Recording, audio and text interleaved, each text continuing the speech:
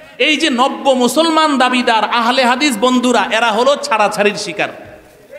এরা কিসের শিকার? এরা ছাড়াছাড়ির দল। মনে কষ্ট নিচ্ছেন না, আমি বুঝার জন্য, আমার ইমান বাঁচাতে হবে, ইমান বাঁচাতে হবে, আমি কাউকে আঘাত করার জন্য বলছি না। ওই ছাড়াছাড়ির দল, তারা বাস এটা না হলেও চলে, সুন্নত না পড়লেও চলে। সুন্নত তারাবির নামাজ 8 রাকাত পড়লেও চলে। এরপরে কিছুদিন আগে নতুন আপডেট এসেছে, 4 রাকাত পড়লেও চলে। এমন হুজুরে ফতুয়া দিয়েছে, আমি যদি এখন হুজুরের নাম বলি যুবকরা আমাকে ছাড়বে না, পিঠের দায়িত্ব আমার নিজে নেওয়া লাগবে, এই জন্য নাম বললাম না।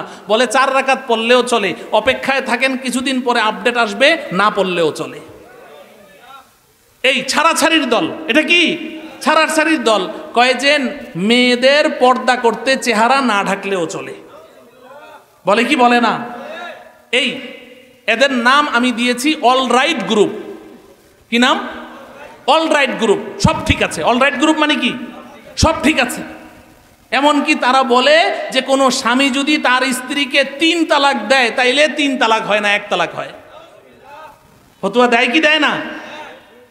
কুড়িগ্রামে গিয়েছি, ওখানে আমার কাছে পার্চা পাঠিয়েছে, হুজুর 3 তালাকে কয় তালাক? আমি কই 3 তালাক। কয় না, 1 তালাক। আপনাদেরকে কে বললো? কয় আমাদের শায়েক। কে ওরা? আহলে হাদিস না আহলে শায়েক? আহলে শায়েক। ওরা সহি হাদিস মানে না, ওরা শায়েখের কথা মানে। হাদিস কি জিনিস? হাদিসের হওয়া তো বোঝে না। আমি বললাম না সূরা ফাতিহা সহি পড়তে পারে না, হাদিস কি বুঝবে? ওই যে লাল রুমাল মাথায় দিয়ে কয় যে হুজুর শায়েক ফতুয়া দিয়েছে। আমি বললাম আপনাদের শায়েককে ডাকেন, আপনাদের সামনেই কথা বলি, 3 তালাকে কয় তালাক হয়? কয় শায়েক তো এখানে নাই। কয় কই? কয় হোটেল ব্যবসায়ী। তো হোটেল ব্যবসায়ী শায়েক হইলো কেমনে? কয় হুজুর অনেকদিন আরব দেশে ছিল তো, অনেক এলেম অর্জন করে আসছে। তা আমি বললাম যে ঠিক আছে, 3 তালাকে কয় তালাক, কোরআন হাদিসের দলিল আমি পরে দিচ্ছি। আর একটা অফার দিয়ে যায় আপনাদেরকে। হুজুর কি অফার? কয় আজকে থেকে আমি বললাম বাড়িতে গিয়ে প্রত্যেকেই নিজ নিজ বিবিদেরকে বলবেন আজকে থেকে ছুটি, কোনো রান্না বান্না হবে না, চুলায় আগুন জ্বলবে না। বিবিরা খুশি হবে না বেজার হবে? বেজার হবে না, খুশি হবে। আপনি খালি রান্নার কাজটা ছুটি দেন না, দেখবেন আপনার কি খেদমত করে, সবচেয়ে কষ্টের কাজ। কয় যে হুজুর তাহলে খাবো কি? আমি বললাম ওই অফারটাই দিয়ে যাচ্ছি, সবাই মিলে আপনাদের ওই শায়েকের হোটেলে খাবেন।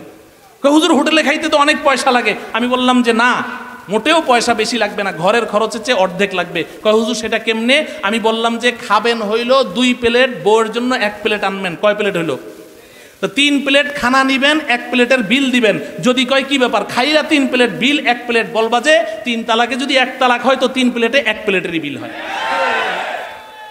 ও আমার প্রিয় ভাইয়েরা, আপনাদেরকে একটু মজাক করলাম আর কি। বড় আফসোসের সাথে বলতে হয় যে আমাদের সারাটা জীবন আপনি উলামায়ে কেরামের পেছনে থাকলেন, তাদের মত অনুযায়ী আপনার জীবনের প্রত্যেকটা কাজ পরিচালনা করলেন। আজকে হঠাৎ করে কোত্থেকে শকুনের মতো উড়ে এসে জুড়ে বসলো আর বলল যে তোমরা এখন হানাফি মাযহাব মানো, তোমরা সৌদির নামাজ মানো না, তোমরা এটা করো না, ওটা করো না, তোমাদের নামাজ হয় না, তোমাদের জানাজার নামাজ হয় না। কয় সূরা ফাতিহা ছাড়া নামাজ হয় না। জামালপুর আব্দুর রহমান, শায়েখ আব্দুর রহমানের ওখান থেকে আমাকে একজন ফোন করেছে, হুজুর সূরা ফাতিহা ছাড়া নামাজ হয়? আমি কই না। কয় তাহলে জানাজার নামাজে আপনারা সূরা ফাতিহা পড়েন না, আপনাদের নামাজ হয় না। আমি বললাম রুকু সেজদা ছাড়া নামাজ হয়? কয় না। আমি বললাম তাহলে তোমাদেরও জানাজা হয় না, রুকু সেজদা দাও না কেন? তো ফোন কেটে দিয়েছে।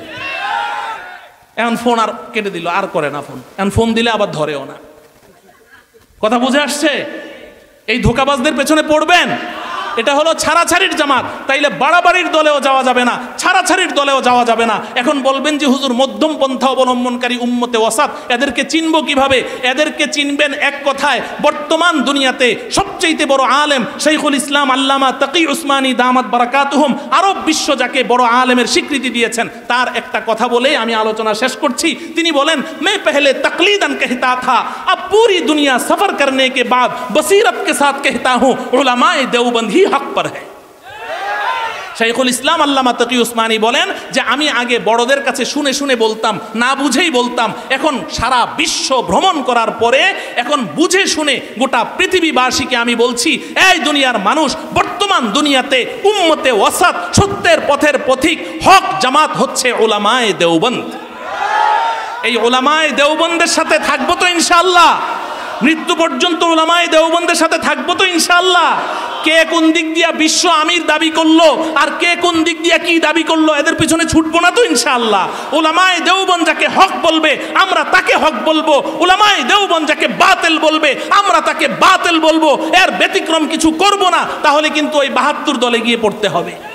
আল্লাহ আমাদের সবাইকে বুঝার তৌফিক দান করেন, আমরণ এই হক্কানি রব্বানি উলামায়ে কেরামের পেছনে চলার তৌফিক দান করেন। ওয়া সাল্লাল্লাহু তাআলা আলা সাইয়্যিদিনা মুহাম্মদ